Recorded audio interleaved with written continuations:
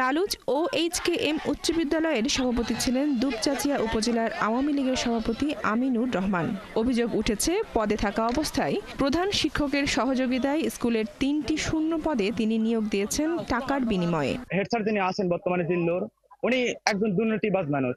উনি স্কুলের বই থেকে শুরু করে গাছ, টুল, রড, টিম কোনো কিছু বাদ দেয়নি। আমাদের যে 10টা থেকে ক্লাস শুরু হওয়ার কথা, বিকেল 4টা পর্যন্ত শেষ হওয়ার কথা, কিন্তু আজান দেওয়ার সাথে সাথে শিক্ষার্থীরা চলে যায়। এর বিরুদ্ধে কোনো স্যার বা কোনো হেড স্যারে আমরা কোনো পদক্ষেপ নিতে দেখি।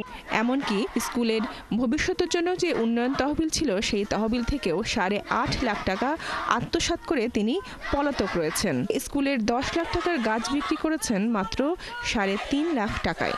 যে টাকা পয়সা ছিল সেগুলা বিভিন্ন সময়ে বিভিন্ন চেকের মাধ্যমে উত্তোলন করে নিছেন।